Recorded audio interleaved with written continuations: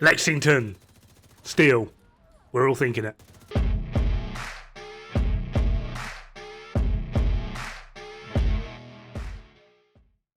Right, first of all, if you don't know how to get this weapon, log in. That's it. When you log in, it will be put on the first character you log in their inventory. So don't do it on a hardcore character, do it on like your main character, etc, etc. Scan your inventory. It is in your inventory. I'm already seeing hundreds of people that just auto deconstruct everything and they're like, where's my Lexington? You killed it. That's where it is. You killed it. You deconstructed it. Well done. Admittedly, weird place for them to put it and not do like a mailbox thing. So granted, but still, check your inventory. Secondly, it's a massive AR called Lexington. And if you try and put the corporate skin on it, it goes big blackened because the skin doesn't fit properly, a bit on the veiny side. There's a very, very prominent actor, Lexington Steele. We also have climax missions. Jiggle physics soon.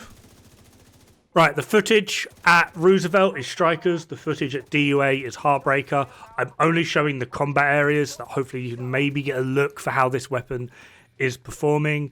And a lot of people are already reporting that it feels like Elmo's. I'll get to this in a minute because as it stands right now, this is the best high-end AR in the game by far.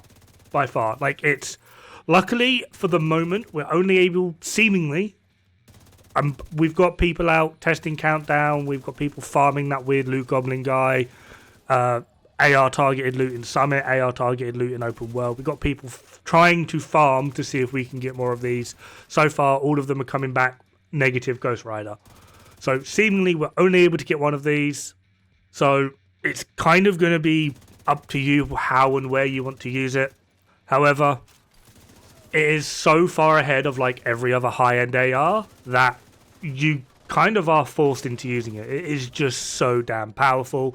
It's kind of ridiculous. All right, what I'm about to show you is the difference between ARs, and initially it's not going to seem like much.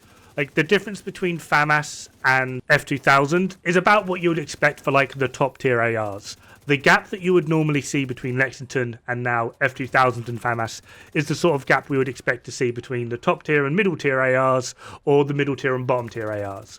Not have a 3% gap between the top tier ARs. Like, it's kind of ridiculous.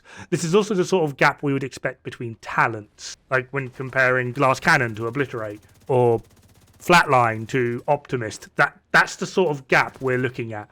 We now have this in a single weapon. I don't have any talents shown in what I just put in with the spreadsheet. There's no talents involved. That is just the weapon on the same damn build. It's ridiculous. So yeah, for all the people that like complaining, all I talk about is meta, we'll talk to the devs because they're the ones that gave me this. Now on the plus side, FAMAS has finally been dethroned. Finally, after like 3 years. Like, it's huge. Not only is it a very, very powerful AR with good base damage, its base damage is 49,263.5. I don't know why sometimes they've been doing the whole 0.5 thing lately, so it's got very, very high base damage for an AR that has 850 RPM at base. And for having such high RPM, it also has the long rail, which means we're able to put the Technician Link laser pointer on, which basically means if you are a Heartbreaker fan, this quite literally is the only weapon you can use. I mean, obviously there's things like the FAL, Honey Badger, bloody bloody blah, but the Honey Badger loses the mod slot, which can compromise the overall build, depending on how you want to build. FAL is too slow in the fire rate, so it's a struggle to get or maintain stacks with it with outside of ACS. Like, honestly, this thing is just... everything we thought we knew about builds has been turned upside down by this one weapon, and I hate it.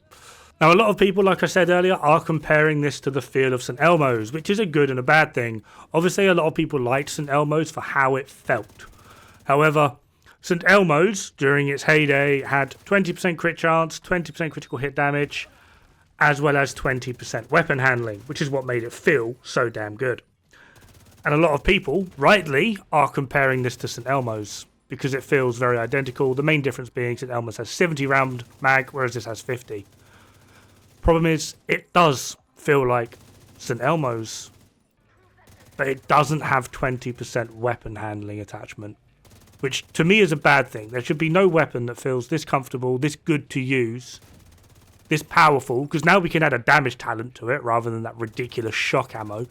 We can actually spec this thing for damage, and it feels the same and does so much more. So yeah, prepare for a wave of this is the new best A. I mean, it is, but like it's gonna get silly with it because YouTube does silly. It feels great, it performs great. The fire rate is more than reasonable at 850. It's got an optimal range of 31 meters. It's just a really, really good, solid AR, but I kind of feel like it's too solid. Like we spoke recently, or at least I mentioned in passing, like how like everyone's complaining about the power creep within China Vision, Chinese Division 2. Well, looks like we're getting that in the rest of the world Division 2. Now, because we could only actually get one of these for the moment, we don't know if it's going to be changing or anything. How I suggest you set this up is with the ACOG to give plus 50% optimal range. Then with the laser pointer for 5% crit chance, for obvious reasons. Another 5% crit chance through the muzzle brake, 5.56. Whack on Ranger, odd choice, I'm aware. And that will give you an optimal range of 47 meters. With a good amplifier, and the reason I'm suggesting this is quite simply because we can only have one, unless you're adamant that you're going to put it on X specific build for X specific reason.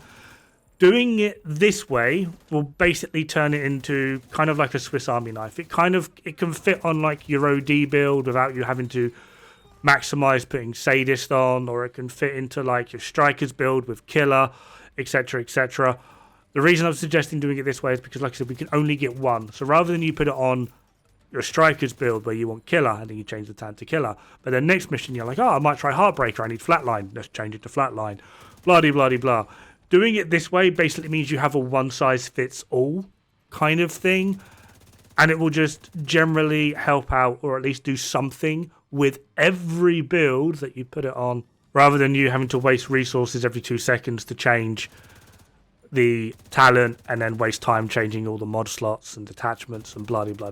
Now to answer the question that everyone has been asking, why is this named? Not a clue. Not a clue. At least with like other named weapons that haven't come with a perfect talent, which this doesn't have a perfect talent, it doesn't seem to have anything particularly special about it. A lot of people are comparing it to the Police M4, especially because you can put Police M4 skins on it, but it doesn't look like a Police M4. It looks more in tune with a Lavoa C or the St. Elmo's. Or for those that have been keeping up with the US Army lately, it looks like their brand new AR platform, the SIG Spear. Yeah, doesn't that look familiar? So why is it named? I don't know. I think the devs just ran out of ideas. On other weapons that have come with like something like the backup boomstick, where it has the base damage of it is the exact same as all other sawn-off shotguns in the game, but rather than them having like the 15% shotgun damage, the backup boomstick has like 20 or whatever it is, something like that. It doesn't even have that. It doesn't even have like Police M4 base damage and then just the AR damage stat on it go up to 20%, which would at the very least explain why it's a named AR.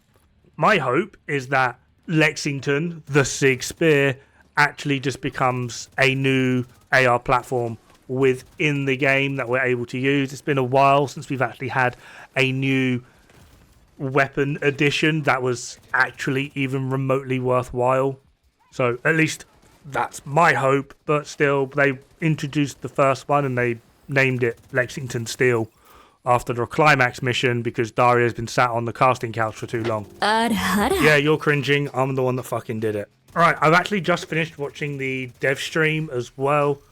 Turns out this weapon is named because of The damage stat is apparently slightly more glowy, which makes it named. It has a higher damage stat, as well as, by the sounds of it, from what they were saying, is there is, or you are only ever going to have one of these across your entire account. So, go nuts. And then, obviously, because I'm the one that asked, by the way, they have no plans to balance it with the rest of the ARs, because it is overtuned for what is needed within the game compared to every other high-end AR.